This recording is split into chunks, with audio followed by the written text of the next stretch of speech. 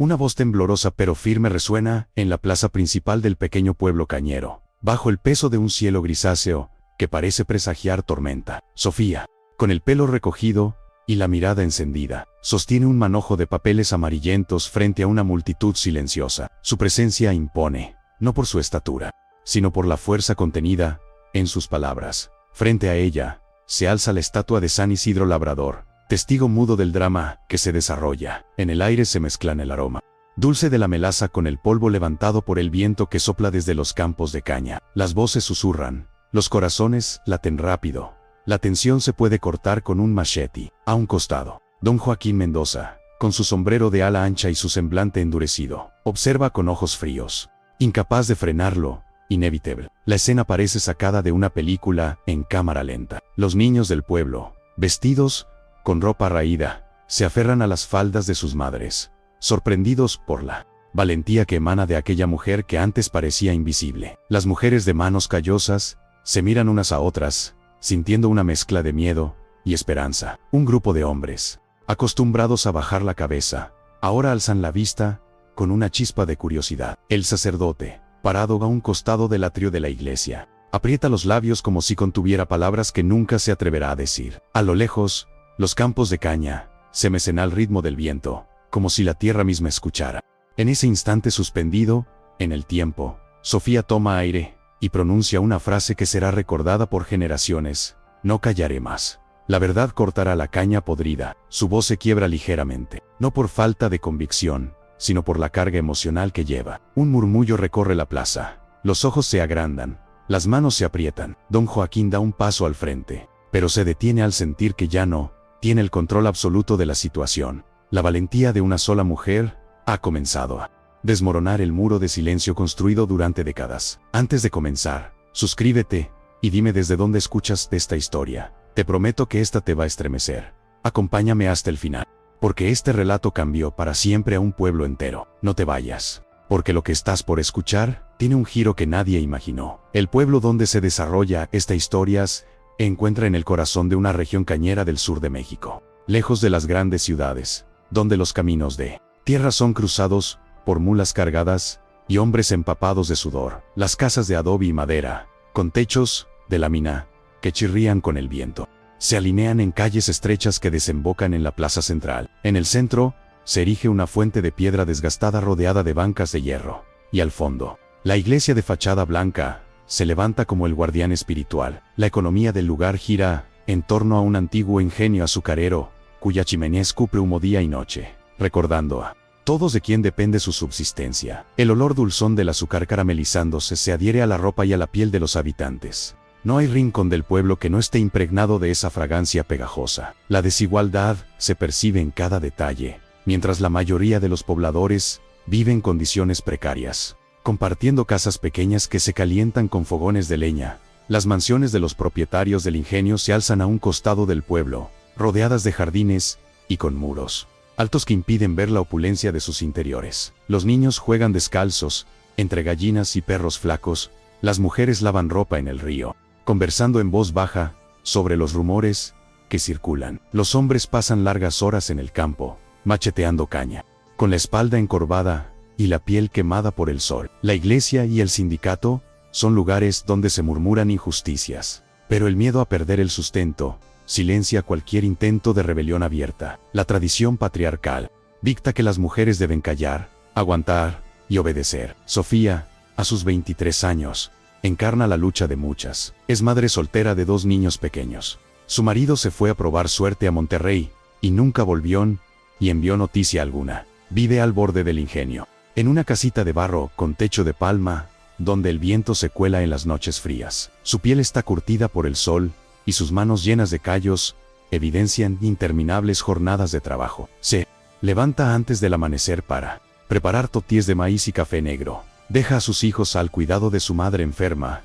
y sale a cortar caña junto con los hombres, recibiendo miradas que mezclan sorpresa y desaprobación. Al terminar la jornada, cambia el machete por el trapo y la escoba. También trabaja como empleada doméstica en la casa de don Joaquín, donde limpia pisos de mármol y sirve comidas que nunca probará. La vergüenza y la rabia conviven en su interior. En el pueblo, muchos la llaman descarada por no tener marido.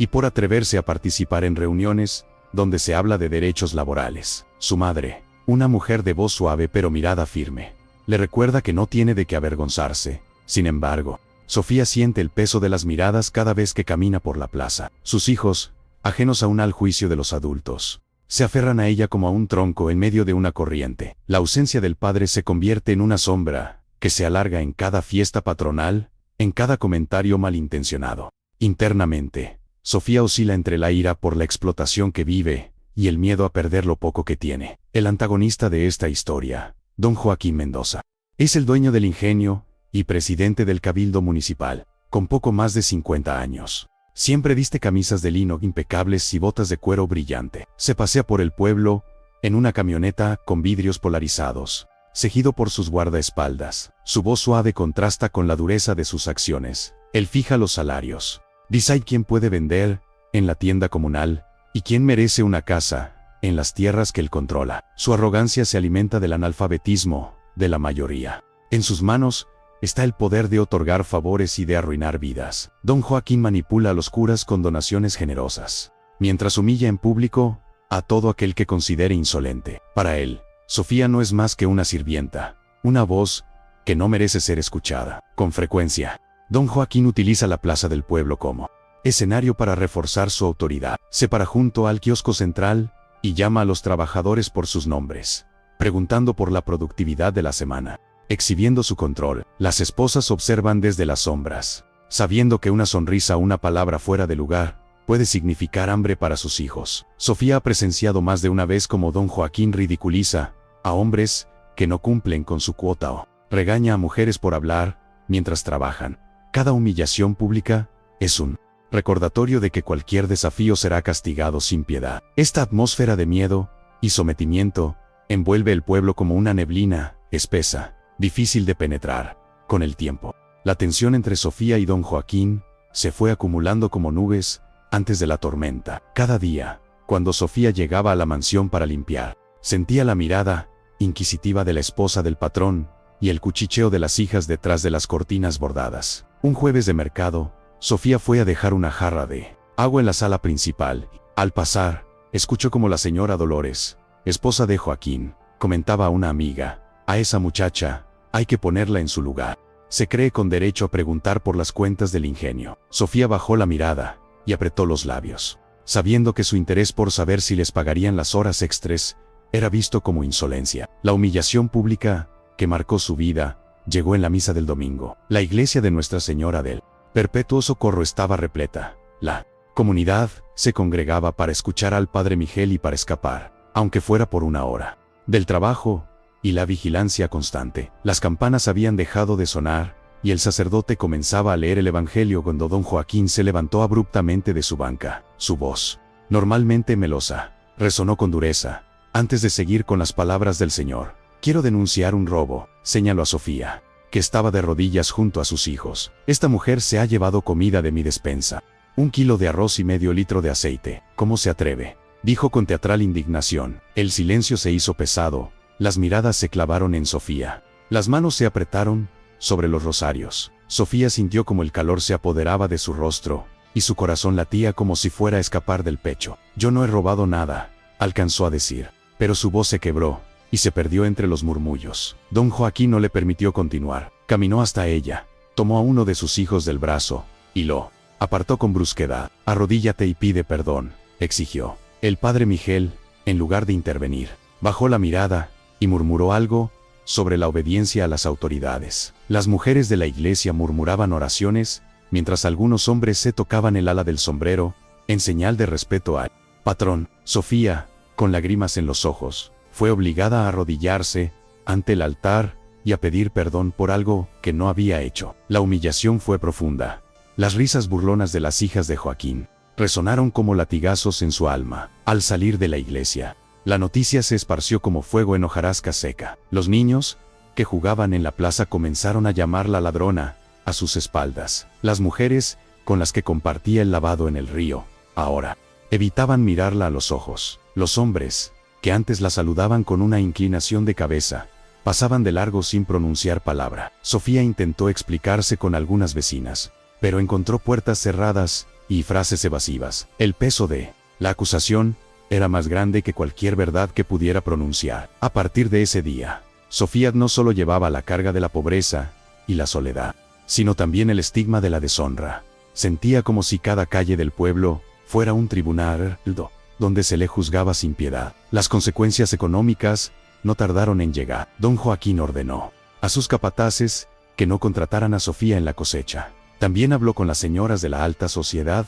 para que no la llamaran a limpiar sus casas. La tienda comunal donde compraba frijoles, arroz y jabón negó el fiado. Orden de don Joaquín, murmuró el tendero, encogiendo los hombros, al llevar a su madre al dispensario médico. El doctor negó la consulta, alegando falta de cupos. Sofía se encontró con las manos vacías, sin trabajo, sin comida y con 2 niños que la miraban con hambre en los ojos. Intentó vender toties en la plaza, pero la gente pasaba de largo, temerosa de comprarle a una ladrona. Cada rincón del pueblo se volvió hostil. Las noches se volvieron especialmente aterradoras. Hombres desconocidos se paraban fuera de su casa de adobe, golpeando la puerta con fuerza y gritando insultos que hacían eco en la oscuridad. Vete del pueblo, no eres bienvenida aquí.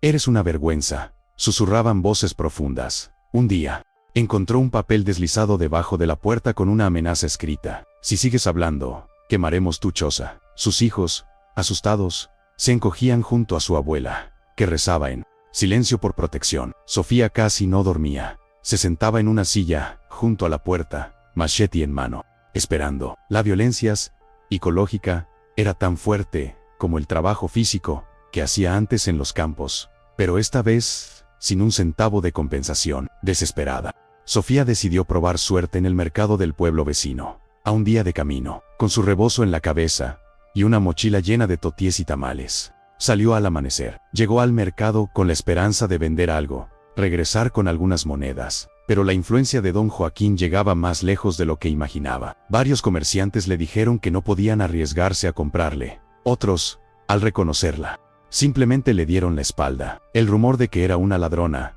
se había esparcido por los caminos. Sofía caminó de puesto en puesto, sintiendo la desesperación crecer. Sus pies descalzos sangraban y su corazón se apretaba. Comprendió que Joaquín no solo controlaba su pueblo, sino que había construido una red de influencia que aplastaba cualquier intento de supervivencia fuera de sus dominios. Sin embargo, no todo el mundo estaba dispuesto a callar. Un día, un hombre delgado y moreno, con una gorra de pana y un cuaderno bajo el brazo, se acercó a su casa. Se presentó como Marcos, representante de un sindicato de jornaleros de la capital. Le habló de derechos laborales, de leyes que protegían a los trabajadores y de la posibilidad de denunciar abusos. Sofía lo escuchó con atención, sintiendo una chispa de esperanza, pero esa chispa se apagó rápidamente. Los capataces de Joaquín descubrieron a Marcos y lo sacaron del pueblo a golpes. No necesitamos agitadores aquí, gritó uno de ellos. Marcos logró entregar a Sofía un pequeño fajo de folletos antes de irse. No estás sola, hay más como tú, susurró mientras lo arrastraban. La comunidad se dividió entre quienes la acusaban de traer problemas y quienes comenzaban a darse cuenta de que ellos también eran víctimas del patrón. Lo que nadie sabía era que Sofía, a escondidas, había desarrollado un arma poderosa, la palabra escrita. Años atrás, una monja con la piel tan morena como la suya había decidido enseñarle a leer y escribir después de las jornadas de trabajo. Sofía asistía a clases nocturnas con un grupo reducido de mujeres, iluminadas por velas. Allí aprendió a trazar letras, a entender los números y a distinguir entre un recibo verdadero y uno manipulado. Guardaba cuadernos con prácticas de caligrafía, cuentas de sumas y restas, y frases de leyes laborales que la monja le había mostrado. Su memoria fotográfica le permitía reproducir con exactitud las cifras que veía en los libros de contabilidad de la esposa de Joaquín cuando limpiaba su oficina. Con ese conocimiento, Sofía comenzó a recopilar pruebas. Reunió los recibos de salarios atrasados de compañeras que, como ella, habían sido pagadas a destiempo o con descuentos injustificados. Escribió testimonios de maltratos y de horas trabajadas sin remuneración. Tomó fotos con un teléfono viejo que le prestó una amiga. Imágenes de sacos de azúcar que salían del ingenio sin registrarse, de recibos con firmas falsas, de listas de trabajadores a los que se les descontaba comida que nunca recibían. Guardaba cada documento en un cajón escondido bajo el suelo de su casa. De noche, revisaba una y otra vez los papeles, estudiando cómo presentar esas pruebas de manera clara. Sus manos temblaban, no por miedo a Joaquín, sino por la responsabilidad de cargar con la verdad de muchos. Mientras la presión externa aumentaba, su resolución interna se fortalecía. Cada insulto recibido, cada puerta cerrada, se transformaba en un ladrillo de su determinación. Sofía sabía que, si hablaba sola, podrían callarla con facilidad, pero si demostraba con documentos y testimonios que la explotación era real, su voz se convertiría en un eco imposible de silenciar. Decidió que aprovecharía la próxima reunión pública, a la que don Joaquín asistía para presumir de su generosidad, para exponer todo. Sabía que no habría retorno. Ese acto podría salvar a su familia y a su comunidad, o podría llevarla a la ruina. Aún así, entendió que había llegado el momento de dejar de temer y empezar a actuar. La dignidad de sus hijos y la memoria de sus padres se lo exigían. Los días posteriores a su decisión de actuar estuvieron cargados de ansiedad y preparación. Sofía, acostumbrada a jornadas interminables de trabajo físico, ahora dedicaba cada hora libre a revisar documentos y a memorizar cifras. En la cocina, mientras sus hijos jugaban con trozos de madera que simulaban carritos, ella repasaba mentalmente los números, salarios adeudados, horas extras no pagadas, descuentos injustificados. Un amanecer,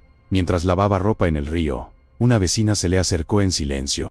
Le metió un sobre entre las ropas mojadas y le susurró: para cuando te toque hablar. Dentro había copias de nóminas, donde aparecían descontadas cantidades que nunca habían sido devueltas. La solidaridad, tímida pero creciente, se manifestaba en pequeños gestos que alimentaban su determinación. La noticia de que representantes de la Federación de Trabajadores Rurales visitarían el pueblo corrió rápido. Don Joaquín, confiado, veía en ello una oportunidad para reforzar su imagen de patrón benevolente. Ordenó limpiar la plaza, colgar banderas y preparar un banquete. Sofía, en cambio, vio en la visita una puerta abierta. Se preparó como si fuese a una batalla. Escondió los documentos en una bolsa tejida. Se recogió el cabello con un listón rojo y le pidió a su madre que cuidara de los niños como si fuese un día cualquiera. Antes de salir, miró a sus hijos dormidos y sintió un nudo en la garganta.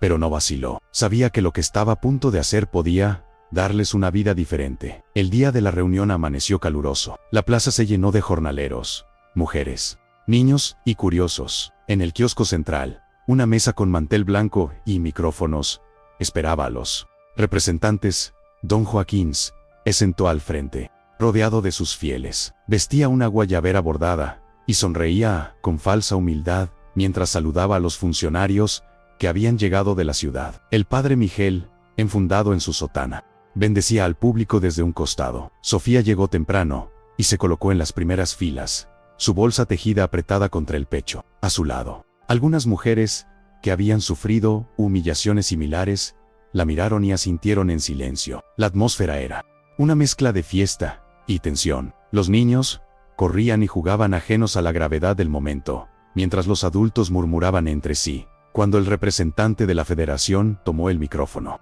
habló sobre la importancia de respetar los derechos de los trabajadores y de la necesidad de unión. Sus palabras, aunque repetidas, resonaban de manera diferente que el contexto. Terminó su discurso, invitando a quien tuviera denuncias o inquietudes a expresarse. Un murmullo recorrió la plaza. Nadie se movía. Los ojos se desviaban hacia don Joaquín, que mantenía la sonrisa. Fue entonces que Sofía sintió una mano en su espalda. Era su vecina más vieja, quien le susurró: «Es ahora o nunca». Con el corazón latiéndole en las sienes, Sofía se levantó lentamente, sintiendo como si todos los ojos se posaran en ella. El silencio que se hizo cuando tomó el micrófono fue abrumador. Sus manos temblaban, pero su voz salió más fuerte de lo que esperaba. «Mi nombre es Sofía», comenzó, mirando de frente al representante y luego a la multitud. «Durante años hemos trabajado bajo el sol, cortando la caña que llena los bolsillos de algunos. Hoy quiero hablar de lo que nos debe el ingenio y de cómo nos han engañado». Sacó el primer recibo de su bolsa,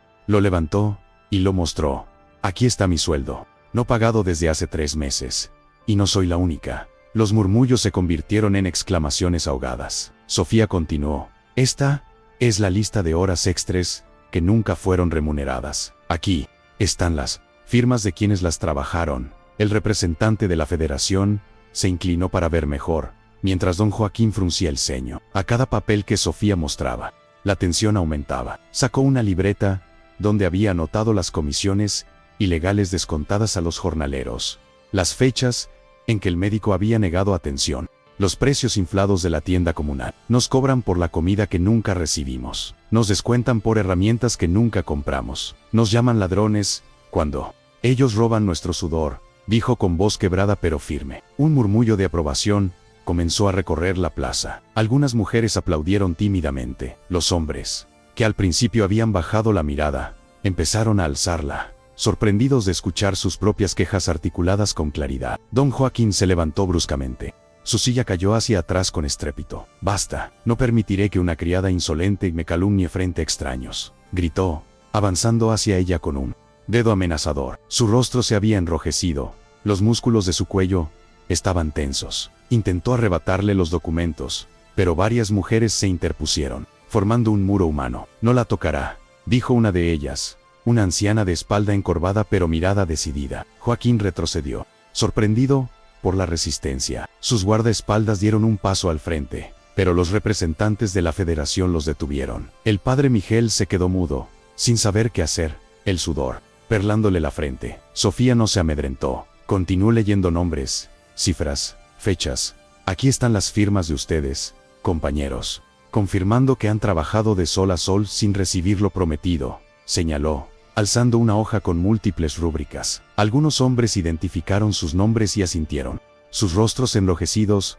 ya no de vergüenza, sino de ira. La multitud se había transformado. El miedo, inicial, se convertía en indignación compartida. El representante de la federación, con rostro serio, tomaba notas rápidas y asentía. Era como si la plaza entera estuviera despertando de un largo letargo. De repente, la tensión escaló. Joaquín, consciente de que su autoridad se desmoronaba, ordenó a sus guardaespaldas que la sacaran. Estos intentaron acercarse, pero fueron interceptados por un grupo de hombres jóvenes que habían estado silenciosos hasta ese momento. «No se la llevarán», dijo uno de ellos, plantándose firme. Un forcejeo comenzó. Gritos y empujones. Los niños fueron apartados rápidamente por sus madres. La autoridad municipal, acostumbrada a imponer orden con un solo gesto, se encontró enfrentada a la resistencia organizada de aquellos a quienes siempre había dominado. En medio del tumulto, la voz de Sofía se elevó por encima del ruido. «Basta ya de abusos. No somos animales». Fue entonces cuando la figura de un hombre con traje oscuro y gafas, de la Comisión de Derechos Humanos Estatal, intervino. Levantó la voz, exigiendo calma y anunciando que todo lo dicho debía ser investigado. Tomó los documentos de manos de Sofía, revisándolos con rapidez, y afirmó que se iniciarían diligencias inmediatas. A su lado, una periodista de la radio local había encendido su grabadora y narraba en vivo lo que ocurría. La presencia de la prensa y de autoridades externas imposibilitó a Joaquín silenciar lo que estaba ocurriendo. Su rostro mostró por primera vez un viso de preocupación real. Su poder, aunque aún fuerte, comenzaba a resquebrajarse frente a la transparencia de la verdad. Cuando finalmente la multitud comenzó a calmarse, Sofía se dio cuenta de lo que había logrado. Había pronunciado palabras que nunca pensó poder decir en público. Había mostrado documentos que muchos creían inútiles, y había encendido una chispa de dignidad en sus vecinos. Mientras el representante de la federación prometía apoyo legal, y la periodista la felicitaba por su valentía, Sofía sintió una mezcla de alivio y vértigo. Sabía que esto era solo el comienzo, que vendrían represalias, que la batalla legal sería larga, y que la vida, en el pueblo, no se transformaría de la noche a la mañana. Pero por primera vez en años, sentía que había tomado las riendas de su destino, y que sus hijos, observándola desde un rincón de la plaza, podían verla como algo más que una víctima. Eran testigos del nacimiento de su voz. Tras el alboroto de la plaza, el pueblo se sumió en una mezcla de silencio y susurros. La noticia de la valiente denuncia de Sofía corría de casa en casa, de boca en boca, como un secreto que todos conocían. Al día siguiente, la camioneta del representante de la federación regresó con un equipo de inspectores y abogados. Se instalaron en la pequeña oficina del sindicato y empezaron a recabar testimonios. Mujeres de manos agrietadas, hombres con mirada cansada y jóvenes en silencio llegaron uno a uno para contar su historia. Sofía se convirtió en intérprete y en sostén emocional, anotando detalles, animando a quienes temblaban al hablar. La empatía y el coraje que mostraba les daba fuerza a los demás para romper su propio silencio. Entre los que se acercaron estuvo don Ernesto, un hombre de barba blanca y ropa modesta, que había trabajado como contable del ingenio hacía años. Se sentó frente a los inspectores y relató cómo, en su época, las cuentas del ingenio se adulteraban para ocultar los descuentos ilegales y desviar fondos a cuentas personales de don Joaquín. Don Ernesto contó que fue despedido cuando cuestionó la transparencia de los libros. Sacó de su bolsa una libreta vieja con apuntes detallados de las irregularidades que había observado. Esto guardé por si algún día se hacía justicia, dijo con la voz quebrada. Los inspectores miraron asombrados. Sus notas coincidían con los documentos de Sofía y confirmaban la sistematicidad del fraude. Poco después, la Comisión de Derechos Humanos y la Contraloría Estatal se presentaron sin aviso en el ingenio. Los guardias intentaron impedirles el paso, pero los funcionarios traían órdenes firmadas, recorrían las bodegas, revisaban facturas y encontraban cajas de azúcar sin registrar, rollos de listas de horas extras tachadas y documentos donde se alteraban cifras con tinta diferente. En la oficina de don Joaquín, que siempre había sido territorio prohibido para cualquier trabajador, encontraron talonarios de cheques emitidos a nombres de familiares y amigos, depósitos en cuentas extranjeras y contratos con proveedores ficticios. El olor a papel viejo se mezclaba con el de la melaza, mientras las autoridades tomaban fotos y guardaban todo en cajas selladas. Para el pueblo, ver a hombres con trajes revisando la oficina del patrón era impensable. Muchos miraban desde lejos, sin creer lo que veían. La radio comunitaria, que hasta entonces emitía música ranchera y avisos de desaparecidos, dedicó su programación a entrevistar expertos en derechos laborales. La voz temblorosa de Sofía fue transmitida a otros pueblos vecinos. Su relato se convirtió en ejemplo. En los mercados, en las ferias patronales, se hablaba de la mujer que se atrevió a enfrentar al patrón. Los periódicos regionales enviaron reporteros. Sus titulares decían: descubren fraude en ingenio, trabajadores denuncian explotación. En cada puesto de comida, en cada reunión de vecinas, se debatía sobre la magnitud del engaño. El padre Miguel, sintiendo la presión, dedicó un sermón a pedir perdón por haber guardado silencio y por haber contribuido a la humillación. Su voz resonó en la iglesia con arrepentimiento sincero, evidenciando que el poder moral también estaba en juego. Mientras tanto, don Joaquín no se quedó quieto. Intentó ofrecer sobornos a los inspectores, prometiendo donaciones a la Federación y favores políticos a la Contraloría. Mandó regalos a las casas de los funcionarios, invitaciones a cenas exclusivas y sobres con dinero. Pero los ojos de la prensa y de la comunidad estaban puestos sobre cada movimiento. Uno de los abogados, joven y de origen campesino, rechazó una suntuosa cesta de frutas y denunció el intento de soborno en un comunicado oficial. Al ver que sus viejas tácticas ya no funcionaban, Joaquín apeló a sus conexiones políticas, llamando a diputados y senadores que le debían favores. Pero los políticos, preocupados por su propia imagen, ante la ola de indignación, comenzaron a distanciarse públicamente. La soledad del poder se hizo evidente. La investigación oficial destapó más de lo que se imaginaba. No solo se descubrió que Joaquín había desviado una parte de los salarios de los trabajadores a sus cuentas personales, sino que también había incurrido en fraude al Estado al declarar producción menor para evadir impuestos y recibir subsidios ilegales. Se reveló que la tienda comunal había inflado los precios en complicidad con proveedores vinculados al alcalde, que el médico del pueblo había cobrado por servicios que nunca ofrecía y que hasta el padre Miguel había recibido donaciones a cambio de silencio. La red de corrupción era amplia, pero el centro era claramente el patrón. Los documentos y las grabaciones presentados por Sofía, sumados a los apuntes de don Ernesto, se convirtieron en pruebas irrefutables. Se convocó a una audiencia pública en la cabecera municipal. Don Joaquín, vestido menos ostentosamente, fue citado a declarar ante un tribunal laboral. En el camino, algunos aún lo saludaban por costumbre, otros volteaban la cara. Se sentó frente a un panel compuesto por jueces, representantes de la Federación y de la Contraloría. Su defensa se basó en que todo se trataba de malos entendidos y errores administrativos, pero su voz ya no tenía la misma autoridad. Uno a uno, los trabajadores pasaron al estrado y contaron sus historias de descuentos injustificados, humillaciones públicas y amenazas. La mirada prepotente de Joaquín se fue apagando con cada testimonio. Finalmente, el tribunal determinó suspenderlo de su cargo como presidente del cabildo y como administrador del ingenio, mientras continuaban las investigaciones judiciales. En el pueblo, la sensación era de alivio y de incertidumbre. La caída del patrón no significaba automáticamente la mejora de sus vidas, pero el miedo había comenzado a disiparse. Se creó una junta provisional de trabajadores para administrar temporalmente el ingenio. Por primera vez, cortadores de caña y limpiadoras de casas se sentaron alrededor de una mesa a discutir salarios, horarios y condiciones. Sofía, gracias a su conocimiento y a su capacidad para explicar conceptos complejos de forma simple, fue invitada a formar parte de esta junta como auxiliar administrativa. Al principio se negó, temerosa de exponerse aún más, pero su madre le recordó que tenía el deber de usar sus habilidades para el bien común. Sofía aceptó,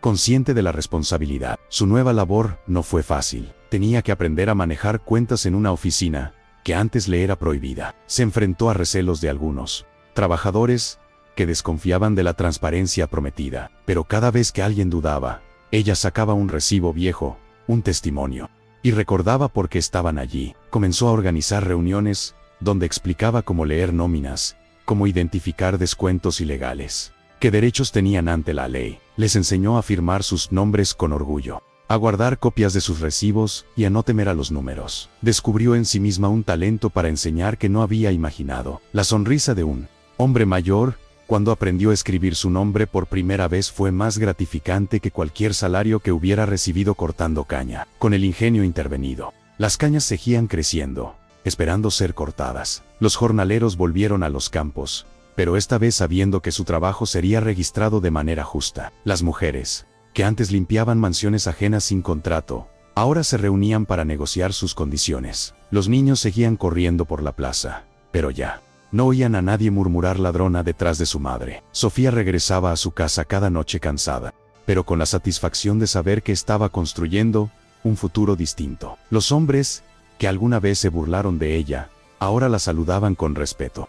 Algunos incluso buscaban su consejo. La comunidad empezaba a entrever que la unidad y la educación podían ser más poderosas que cualquier patrón. El camino hacia la justicia estaba lejos de terminar. Las ruedas burocráticas de los tribunales avanzaban lentamente, y Joaquín, pese a las pruebas, aún tenía recursos para defenderse. Pero la semilla de la dignidad ya estaba sembrada. Las mujeres que se habían interpuesto entre Sofía y los guardaespaldas sabían que, pase lo que pase, ya habían experimentado el poder de alzar la voz. La presencia de funcionarios y periodistas ya no era una rareza, y los jóvenes del pueblo comenzaban a interesarse en los derechos y en la política. Sofía, en un momento de calma, se sentó en el portón de su casa, miró al cielo rojizo del atardecer y pensó en lo mucho que había cambiado desde aquella humillación en la iglesia. Apretó la mano de su hija, que le sonreía con orgullo, y supo que la lucha, aunque agotadora, valía la pena. El proceso judicial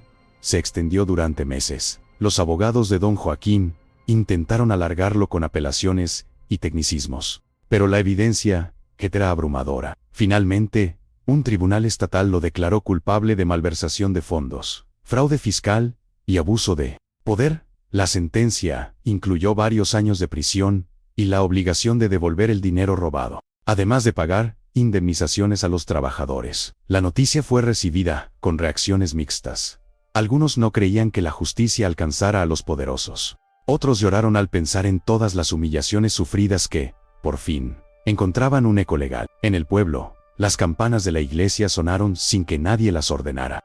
Esta vez no para anunciar misa, sino como símbolo de un cambio. El dinero recuperado fue utilizado para pagar salarios atrasados y para mejorar las condiciones del ingenio. Se firmaron contratos formales, con jornadas establecidas y descansos asegurados. La tienda comunal dejó de inflar precios, y se estableció un sistema de rotación que permitía a diferentes familias administrarla por periodos. La nueva cooperativa, gestionada por trabajadores, instaló un fondo común para emergencias y un programa de alfabetización nocturno. Se crearon talleres para enseñar a llevar cuentas, escribir y leer, abiertos a todos. Por primera vez, las mujeres de la comunidad participaron en la toma de decisiones de manera formal. La voz de Sofía no era la única que resonaba.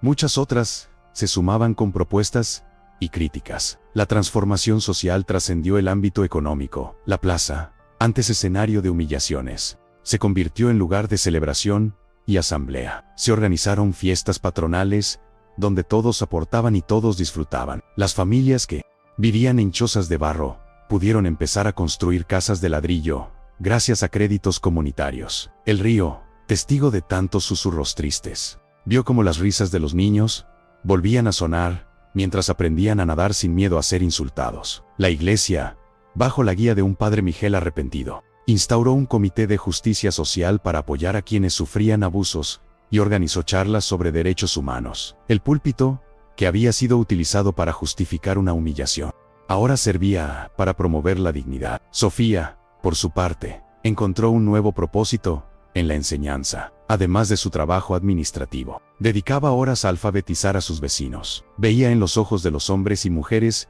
que trazaban sus primeras letras la misma emoción que sintió cuando aprendió a leer. Su madre, con acceso a medicamentos y una dieta mejorada, comenzó a recuperar la salud. Sus manos ya no temblaban tanto, y podía salir a sentarse a la puerta a ver jugar a sus nietos. Los hijos de Sofía regresaron a la escuela con orgullo.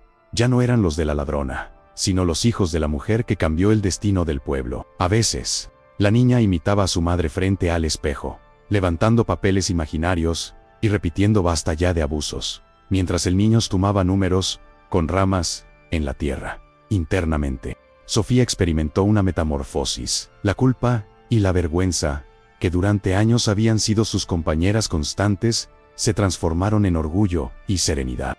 Aprendió a perdonar a quienes la señalaron, entendiendo que también ellos eran prisioneros del miedo. Su rabia se canalizó en proyectos comunitarios. Su dolor se convirtió en empatía. Caminaba por las calles, con la cabeza en alto, saludando sin rencor a quienes antes la habían evitado. Sus noches ya no se llenaban con el sonido de golpes en la puerta, sino con las risas de sus hijos y el susurro de hojas al pasar. La confianza en sí misma se consolidó, y entendió que el conocimiento era un arma poderosa, pero que la solidaridad lo era aún más. Claro, no todo fue fácil. Hubo momentos de conflicto dentro de la cooperativa. El pasado no se borraba de un plumazo. Algunos intentaron tomar ventaja de la nueva estructura, otros desconfiaron de la transparencia, pero ahora existían mecanismos para discutir, para votar y para corregir rumbos. La comunidad aprendió a debatir sin miedo, a escuchar diferentes opiniones. Se establecieron reglas claras para evitar que el poder volviera a concentrarse en pocas manos. El recuerdo de don Joaquín sirvió de advertencia sobre lo que podía pasar si permitían que la autoridad se convirtiera en tiranía. Cada vez que alguien proponía algo injusto, Sofía o alguna otra mujer levantaba la voz para recordarlo. Con el tiempo, otras comunidades cercanas comenzaron a buscar el apoyo de Sofía y de la cooperativa. Los representantes de la federación la invitaban a contar su historia en reuniones regionales. Ella, con modestia, siempre repetía que no era heroína, que solo había hecho lo que su conciencia le dictaba. Pero su relato, lleno de detalles y emociones, inspiraba a otros a revisar sus propias condiciones y a organizarse. Don Ernesto, el viejo contable, se convirtió en asesor voluntario, enseñando contabilidad básica a jóvenes interesados. La experiencia del pueblo trascendió como ejemplo de que la educación y la unión podían derribar estructuras aparentemente inquebrantables. El mensaje que quedó grabado en la memoria colectiva fue claro: nadie tiene derecho a lucrar con el sudor de otros. Y la dignidad no se negocia. Lo que comenzó con una humillación pública, terminó con una comunidad empoderada y una mujer transformada en líder natural. La historia de Sofía demostraba que, aunque el camino esté lleno de sacrificios y dolor, la verdad y la valentía pueden florecer incluso en los suelos más secos. Las tardes al borde de la caña ya no olían solo a melaza, sino a libertad. El viento que antes traía murmullos de miedo, ahora traía canciones de esperanza y de lucha compartida. Aunque don Joaquín había sido sentenciado, su sombra aún se deslizaba por el pueblo como un fantasma incómodo. Algunos trabajadores, que durante años se beneficiaron de sus favores, sentían nostalgia por la estabilidad que le imponía, incluso si esa estabilidad estaba construida sobre abusos. Murmuraban en la tienda comunal que las cosas iban demasiado rápido, que no estaban preparados para manejar el ingenio ellos mismos. Esos comentarios generaban discusiones entre los vecinos, y Sofía pasaba horas tratando de calmar tensiones, explicando que el cambio siempre trae incertidumbre, pero que era preferible a una vida de humillaciones. Algunos comerciantes de pueblos vecinos comenzaron a temer perder los beneficios que obtenían de los acuerdos turbios que Joaquín mantenía. Llegaron rumores de que empresarios externos estaban intentando convencer a la Junta de Trabajadores de vender el ingenio a bajo precio. Aprovechando la transición, Sofía, preocupada, organizó reuniones urgentes para advertir del peligro. Su voz, antes tímida, ahora resonaba con autoridad. Si vendemos, volveremos a lo mismo, solo que con otro patrón. Las mujeres la apoyaban con firmeza, recordando los años en los que trabajaron casi como servidumbre doméstica para los dueños del poder. Mientras tanto, el hijo mayor de Sofía comenzó a tener pesadillas. Se despertaba llorando, diciendo que veía hombres golpeando la puerta como antes. Sofía lo abrazaba y le contaba historias sobre valientes campesinos que defendían su tierra. Pero por dentro, el dolor la carcomía. Comprendió que, aunque ella había sanado parte de sus heridas, sus hijos aún cargaban con el miedo heredado. Decidió inscribirlos en actividades escolares nuevas impulsadas por la cooperativa, clases de arte, deportes y taller de lectura. Quería que crecieran con horizontes más amplios que los que ella había tenido. La relación de Sofía con el sacerdote Miguel también vivió un momento de cambio. Un día él se presentó en su casa, con el sombrero en las manos y la mirada baja, pidiendo perdón por haberla dejado sola en la humillación. Sofía, aunque herida por el pasado, lo invitó a sentarse. Después de una conversación larga, el sacerdote reconoció que había cedido al miedo y a la comodidad del poder. Desde ese día, la iglesia dejó de ser un soporte de la autoridad corrupta y se convirtió en un espacio de diálogo comunitario. Las mujeres empezaron a reunirse allí para hablar de violencia doméstica, derechos y apoyo emocional. Las mejoras en el ingenio no fueron inmediatas. Al principio, las máquinas fallaban porque durante años no habían recibido mantenimiento adecuado. Los jornaleros debatían sobre cómo repartir los beneficios y qué porcentaje destinar al ahorro común. Surgieron desacuerdos, voces que gritaban más fuerte que otras. Sofía mediaba cada conflicto con paciencia, recordando que durante décadas nadie había podido opinar. Estamos aprendiendo a ser libres, decía, y aunque algunos no la escuchaban al principio, terminaban comprendiendo que era la primera vez que alguien les enseñaba a tomar decisiones colectivas. Un evento inesperado ocurrió cuando la esposa de Joaquín, Dolores, regresó al pueblo para recoger algunas pertenencias. La comunidad la observó con recelo mientras bajaba de una camioneta vieja. Dolores, con el rostro demacrado, pidió hablar con Sofía. En un encuentro lleno de tensión, reconoció que muchas veces quiso detener a su esposo, pero que el miedo la paralizaba. Le entregó una carpeta con documentos que había ocultado, facturas sin registrar, correos impresos y cartas que revelaban más corrupción. Sofía, sorprendida, aceptó sin emitir juicio. Aquella entrega, silenciosa, cerró un ciclo de dolor entre ambas mujeres. La cooperativa comenzó a recibir visitantes de otros estados. Grupos de jornaleros, líderes comunitarios y activistas llegaban para aprender sobre el proceso de recuperación del ingenio. Sofía daba charlas improvisadas, explicando paso a paso cómo reunieron pruebas, cómo organizaron reuniones y cómo enfrentaron a la autoridad sin armas, solo con documentos y solidaridad. En cada charla, repetía, la verdad es como la caña, por fuera dura, pero cuando la mueles, da alimento. Sus palabras se transmitían de boca en boca, inspirando a otros pueblos a iniciar procesos similares. Con el reconocimiento, llegaron también los riesgos. Algunos aliados de Joaquín, que aún conservaban poder en la región, comenzaron a enviar advertencias veladas. Un día,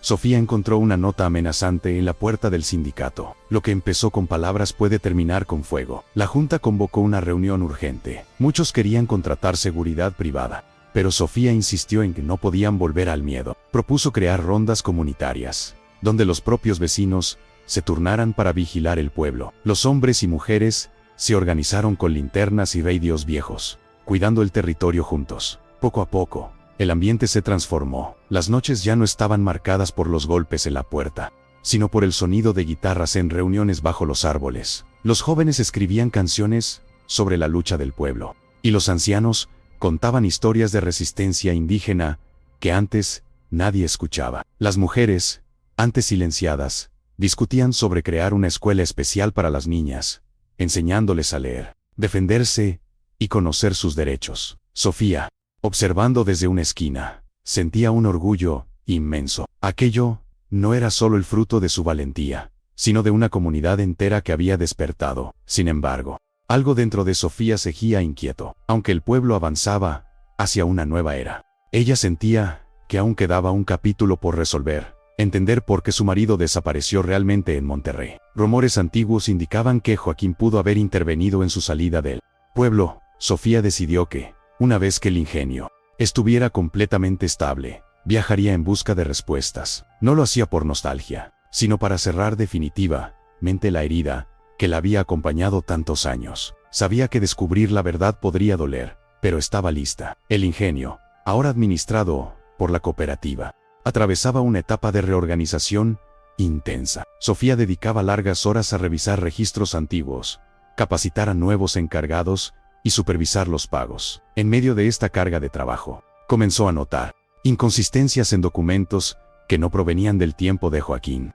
sino de administraciones todavía anteriores. Era como si el ingenio hubiese sido explotado desde hacía décadas por una cadena de poderosos que nunca pensaron que alguien leería esas cuentas. Con cada descubrimiento, Sofía entendía mejor que la corrupción había echado raíces profundas, más allá de un solo hombre. Mientras analizaba esos papeles, recibió la visita de una joven que decía ser sobrina de uno de los trabajadores fallecidos en un accidente del campo. La muchacha contó que su tío había muerto por una falla en la maquinaria, pero que Joaquín había pagado a la familia para callar, alegando que era culpa del jornalero por no prestar atención. La joven, con ojos llenos de lágrimas, entregó a Sofía una caja de madera, donde su tío había guardado documentos que demostraban la falta de mantenimiento del ingenio. Sofía la abrazó, sintiendo como nuevas piezas del rompecabezas caían en su lugar. Los días transcurrían entre reuniones, revisiones de cuentas y visitas de delegaciones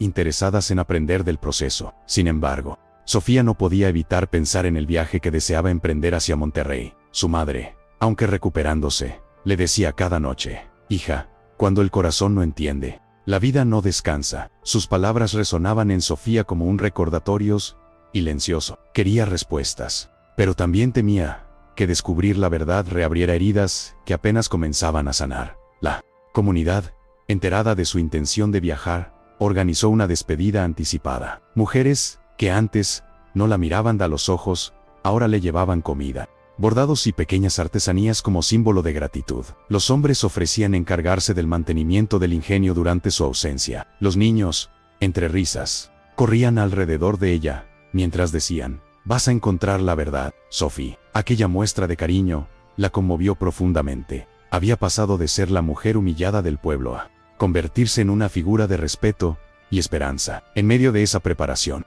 Sofía recibió una carta inesperada. Era de una trabajadora de una comunidad vecina, que relataba que un patrón similar a Joaquín había empezado a amenazar a quienes intentaban organizarse. La carta terminaba con una frase que hizo estremecer a Sofía: «Dicen que lo que usted hizo aquí, quieren hacerlo allá. Nos ayuda». Sofía se quedó en silencio largo rato. No esperaba convertirse en referente más allá de su pueblo. La responsabilidad pesaba, pero también sentía que había aprendido lo suficiente para guiar a otros. Esa noche, mientras observaba la luna reflejada en los campos de caña, entendió que su misión no terminaría al esclarecer lo de su marido. Había gente en toda la región enfrentando lo que ella ya había enfrentado. La injusticia no era solo del ingenio, sino de un sistema entero que silenciaba a los humildes. Esa conciencia la fortaleció. Si antes había tenido miedo de alzar la voz, ahora comprendía que era parte de algo mucho más grande, un movimiento que comenzaba. A medida que se acercaba la fecha del viaje,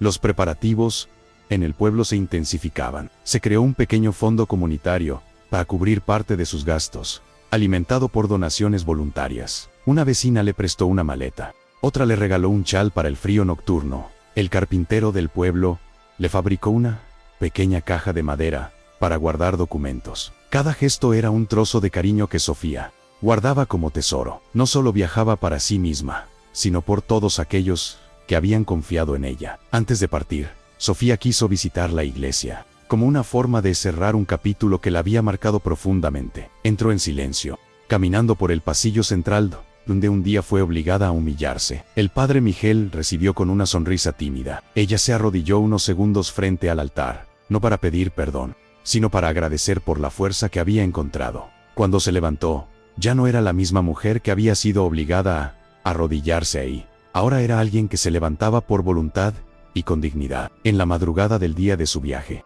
mientras el cielo aún estaba teñido de azul oscuro, Sofía se despidió de su madre y de sus hijos. Los pequeños lloraron, aferrándose a sus faldas, pero ella les prometió regresar pronto. Con respuestas y con más fuerza, subió a una camioneta que la llevaría a la terminal de autobuses. Desde la ventanilla, vio cómo los campos de caña se alejaban lentamente. Respiró hondo y pensó, este viaje cambia todo. Al llegar a la terminal, sintió por primera vez en muchos años la sensación de incertidumbre absoluta. No sabía qué encontraría en Monterrey, ni si las respuestas serían más dolorosas que el silencio, pero algo dentro de ella ardía con determinación. No viajaba como víctima, sino como investigadora de su propia historia. Con un cuaderno en la mano y la maleta a sus pies, subió al autobús que la llevaría al norte, iniciando un nuevo capítulo lleno de preguntas, valentía y esperanza. El autobús avanzaba lentamente por las carreteras sinuosas del sur, dejando atrás los campos cañeros que habían sido escenario de tantos dolores y triunfos. Sofía observaba el paisaje cambiar. Las montañas se volvieron colinas, las colinas dieron paso a planicies áridas, y el verde se transformó en tonos ocres. Durante el trayecto, sus pensamientos viajaban más rápido que el vehículo. Recordaba la última vez que su marido había salido del pueblo, la promesa que le hizo de regresar con trabajo estable, y como los meses se convirtieron en años de silencio. La incertidumbre le oprimía el pecho, pero también sentía una ligera emoción. Por primera vez, estaba enfrentando ese capítulo que siempre evitó. Al llegar a la gran terminal de Monterrey, se encontró con un mundo completamente distinto. Los ruidos eran más fuertes, los edificios más altos, y la gente caminaba con prisa. Sofía se detuvo por un momento, respiró hondo, y apretó contra su pecho la carpeta con documentos.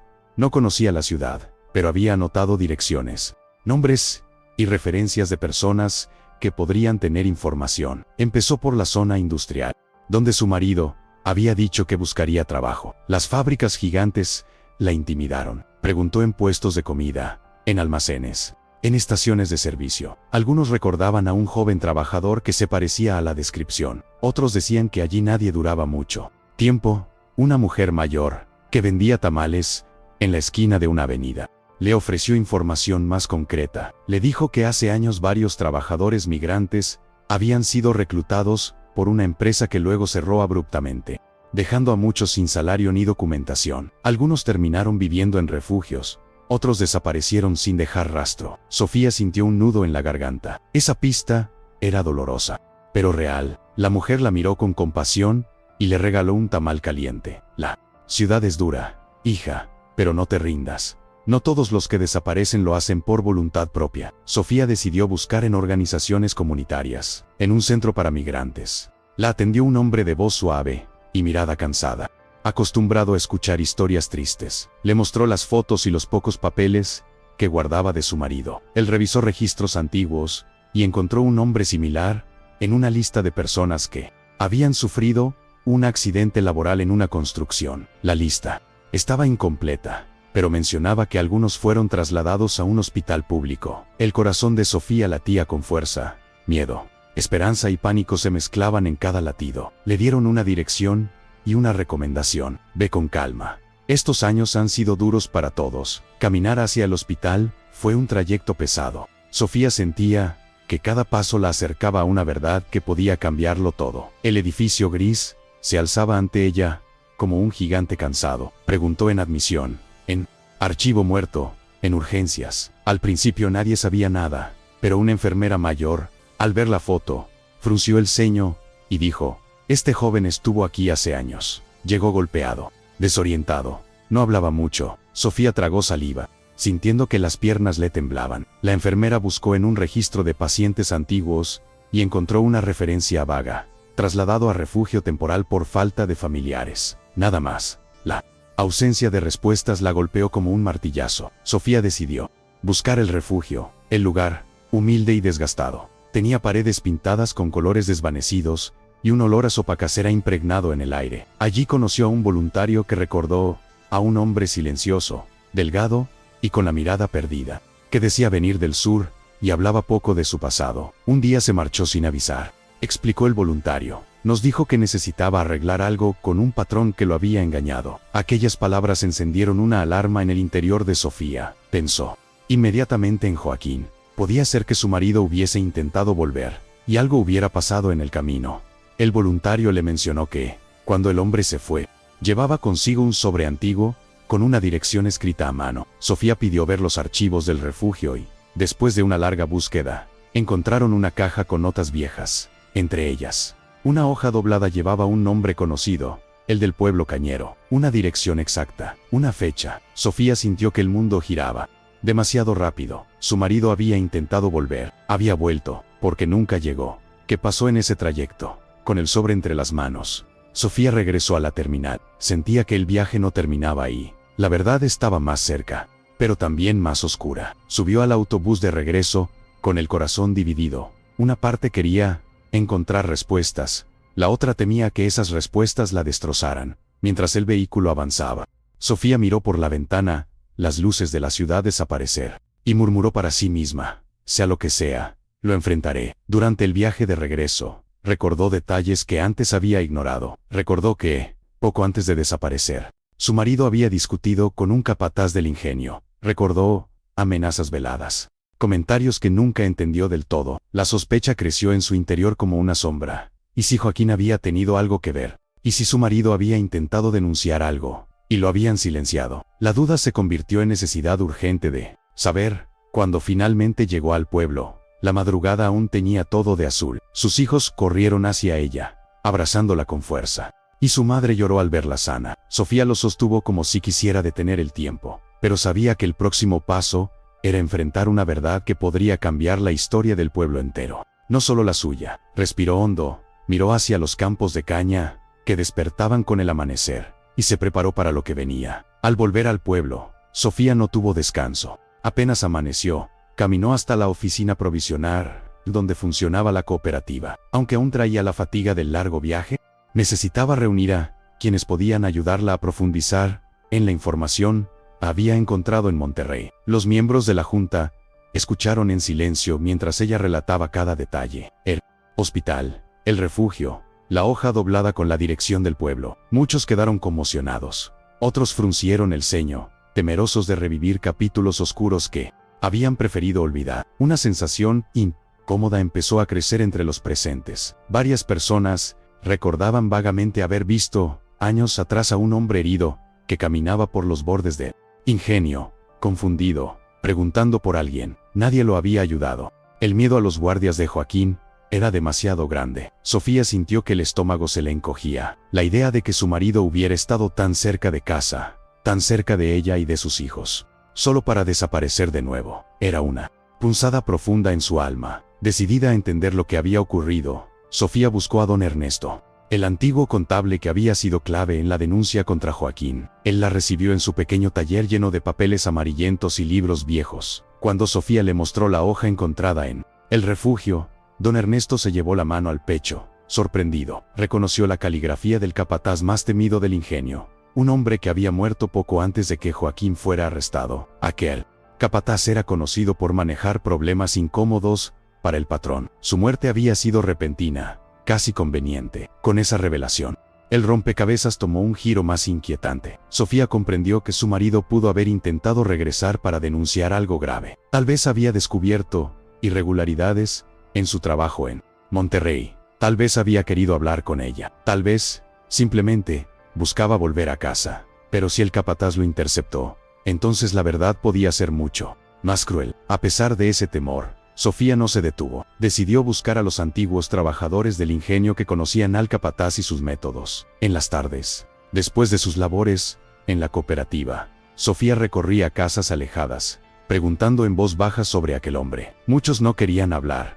aún temían represalias, aunque Joaquín estuviera preso. Otros contaban historias fragmentadas, amenazas, desapariciones de jornaleros que reclamaban salario, rumores de entierros clandestinos en zonas alejadas de los campos. Cada testimonio era como una chispa en la oscuridad, iluminando un camino doloroso pero necesario. Una mujer mayor, llamada doña Cirila, le reveló algo que Sofía jamás imaginó escuchar. Contó que una noche, años atrás, vio a dos hombres arrastrar a alguien herido hacia los galpones abandonados del ingenio. Ella se escondió, temiendo por su vida, pero recordaba que el herido intentaba repetir un nombre. Sofía, Sofía. Aquellas palabras cayeron pesadas sobre el corazón de la protagonista. Sintió un vértigo repentino y debió sentarse. La posibilidad de que aquel hombre fuera su marido dejó sin aire la habitación.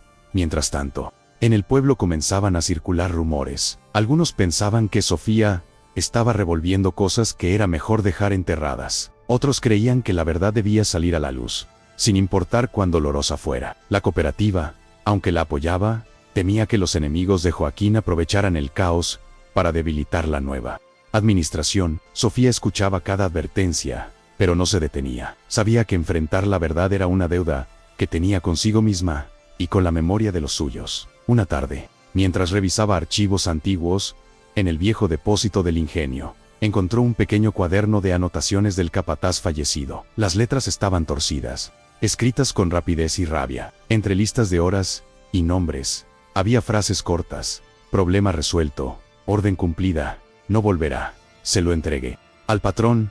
Sofía sintió que las manos le temblaban. El cuaderno no mencionaba nombres completos, pero la fecha coincidía exactamente con la época en que su marido desapareció en Monterrey y supuestamente había regresado. El hallazgo causó un torbellino de emociones en Sofía: rabia, tristeza, miedo y un dolor antiguo que se abrió como herida fresca. Pero también sintió claridad. La verdad, aunque incompleta, comenzaba a asomar. Su marido había intentado volver, había buscado su casa, había llegado al pueblo, y algo o alguien lo había impedido. Con el cuaderno en la mano, Sofía tomó una decisión. Llevaría esa información a la Comisión de Derechos Humanos y exigiría una investigación formal sobre las posibles desapariciones ocurridas en el ingenio durante la época de Joaquín.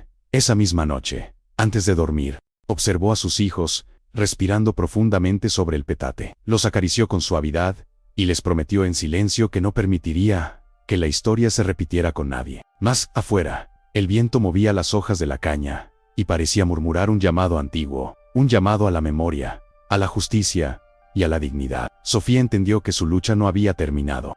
Apenas estaba entrando en la parte más oscura y quizás la más necesaria. Cuando Sofía llegó a la oficina Arillén de la Comisión de Derechos Humanos, llevaba el cuaderno del capataz envuelto en un pañuelo bordado por su madre. El funcionario que la recibió escuchó su relato con una mezcla de sorpresa y gravedad. Tomó nota de cada detalle, revisó los documentos y le pidió copias certificadas para iniciar un expediente formal. Sofía no sabía cuánto tardaría el proceso, pero por primera vez sentía que la desaparición de su marido tendría un registro oficial, un lugar donde su nombre no sería ignorado. En ese edificio frío y ajeno, sintió que una parte de su historia dejaba de estar en la sombra. Regresar al pueblo, después de iniciar la denuncia, le dio una nueva fuerza. La cooperativa la recibió con abrazos y palabras de aliento. Muchos trabajadores, al enterarse de lo que había descubierto, se acercaron para contarle historias de familiares desaparecidos o maltratados durante la era de Joaquín. Sofía comprendió que su caso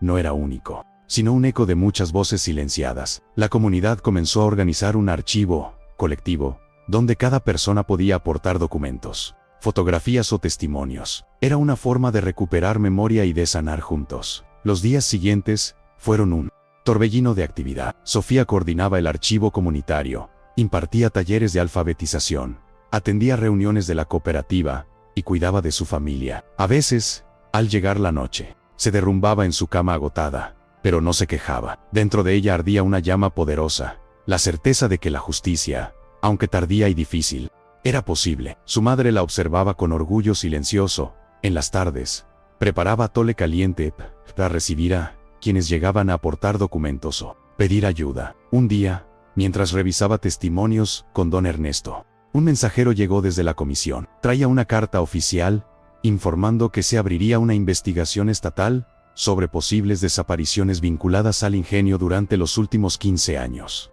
Sofía sintió un estremecimiento. Esa investigación podía revelar lo que le ocurrió a su marido y a muchos más. El pueblo entero se reunió esa noche en la plaza para escuchar la noticia. Hubo lágrimas, abrazos y un silencio respetuoso. Cuando Sofía agradeció la valentía de quienes habían decidido hablar, pese a los avances, no todos estaban contentos. Un pequeño grupo de antiguos aliados de Joaquín comenzó a circular rumores malignos contra Sofía, diciendo que solo buscaba vengarse y que estaba trayendo problemas al pueblo. Ella los escuchaba sin responder, aprendiendo a distinguir la crítica legítima del veneno del miedo. Pero cada palabra hiriente la fortalecía aún más. Sabía que la verdad suele incomodar a quienes se beneficiaron del silencio. En vez de retroceder, redobló su compromiso con la transparencia y el diálogo comunitario. La cooperativa decidió construir un pequeño salón comunitario para las reuniones y asambleas, usando fondos recuperados del ingenio. Sofía participó en el diseño del espacio, grandes ventanas para dejar entrar la luz, paredes donde colgar documentos históricos y un pizarrón para enseñar lectoescritura. Durante la inauguración, niños del pueblo cantaron una canción escrita por ellos mismos sobre la lucha por la dignidad. Sofía los escuchó con lágrimas discretas. Sentía que la historia, por fin, comenzaba a escribirse con manos nuevas. A medida que pasaban las semanas, la investigación estatal comenzó a buscar testigos y extrabajadores del ingenio. Algunos habían migrado a otros pueblos, otros habían envejecido en silencio. Sofía ayudaba a localizarlos, enviando cartas y viajando a comunidades vecinas para invitarlos a compartir su historia. Cada testimonio era una pieza más del mapa de injusticias que durante años había permanecido oculto. Para muchos, hablar significaba revivir dolores antiguos. Para otros, era un acto de liberación. Sofía los acompañaba con paciencia, sosteniendo sus manos cuando la voz se quebraba. Una tarde, un joven que trabajaba en el archivo comunitario le mostró a Sofía una fotografía antigua encontrada en un cajón olvidado del ingenio. En la imagen aparecían varios trabajadores en una fiesta patronal, y entre ellos, una figura que ella reconoció de inmediato: su marido, sonriente, con una camisa que ella misma le había bordado. La foto estaba fechada solo unos días antes de su desaparición. Sofía llevó la mano a su boca, emocionada. Aquella imagen le devolvió algo que creía perdido: la certeza de que él quiso regresar, que ella no había sido abandonada, que algo más profundo y oscuro había ocurrido. Esa noche, al regresar a casa, Sofía se sentó con sus hijos y les mostró la fotografía. Ellos la miraron con ojos curiosos, reconociendo en ese rostro características propias. Preguntaron si su padre volvería algún día. Sofía respiró hondo y respondió con ternura: no sé si volverá, pero sí sé que estamos encontrando la verdad, y él estaría orgulloso de ustedes. Los niños se abrazaron a ella y se quedaron dormidos a su lado, mientras el fuego del fogón iluminaba suavemente sus rostros. En la quietud de la noche, Sofía salió al patio y miró las estrellas. El viento movía las cañas en la distancia, como si la tierra respirara junto con ella. Había avanzado mucho desde aquel día de humillación en la iglesia. Había encontrado su voz, había despertado a un pueblo, y ahora estaba desenterrando una verdad que llevaba años bajo las sombras. No sabía cuáles serían los próximos pasos de la investigación y qué revelaciones llegarían, pero estaba lista. Por primera vez en mucho tiempo, no sentía miedo, sentía propósito, y en ese propósito, encontró una paz que jamás había imaginado. Con el paso de los meses, la investigación estatal concluyó con un informe extenso que confirmaba lo que Sofía siempre había intuido. Varias desapariciones ocurridas en la época del ingenio estaban directamente relacionadas con el círculo de poder de Joaquín. Aunque no se pudo determinar con precisión el destino final de su marido, sí quedó demostrado que había sido interceptado al intentar regresar al pueblo, y que su desaparición había sido encubierta. Aquella verdad, dura pero luminosa, le permitió a Sofía cerrar un duelo que llevaba años abierto. No había sido abandonada, él había luchado por volver. La comunidad decidió honrar a las víctimas con un memorial sencillo junto al río, donde crecían árboles de guayaba y se escuchaban los cantos de aves al amanecer. Allí colocaron la fotografía recuperada del ingenio, acompañada de nombres, fechas y mensajes escritos por los familiares. Sofía llevó una vela blanca y la encendió con manos firmes. El viento suave acarició su rostro, como si el alma de su marido estuviera finalmente en paz. Con el tiempo, el ingenio se transformó en un ejemplo original de administración comunitaria. Los jornaleros trabajaban con dignidad,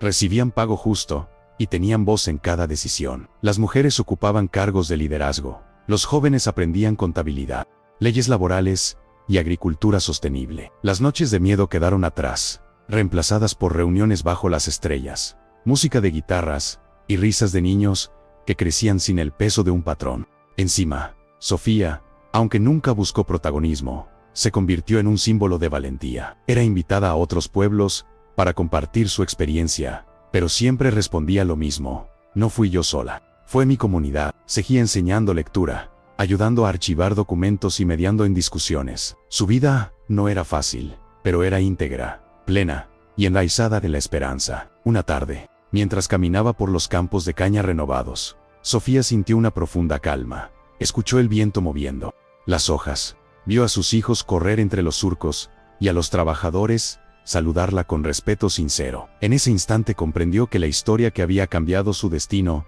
también había cambiado el destino de todos. Lo que comenzó con una humillación pública terminó con una mujer levantándose para romper generaciones de silencio. Respiró hondo el aroma dulce del azúcar recién molida y sonrió. El pasado había dolido, pero ya no la encadenaba. La verdad, por fin, había encontrado su lugar, y, con ella, también la justicia. Si esta historia tocó tu corazón, déjame tu like y cuéntame desde qué ciudad o país la escuchas. Tu comentario nos ayuda a seguir trayendo relatos rurales llenos de alma, justicia y esperanza. Suscríbete al canal para no perderte las próximas historias que están transformando pueblos enteros.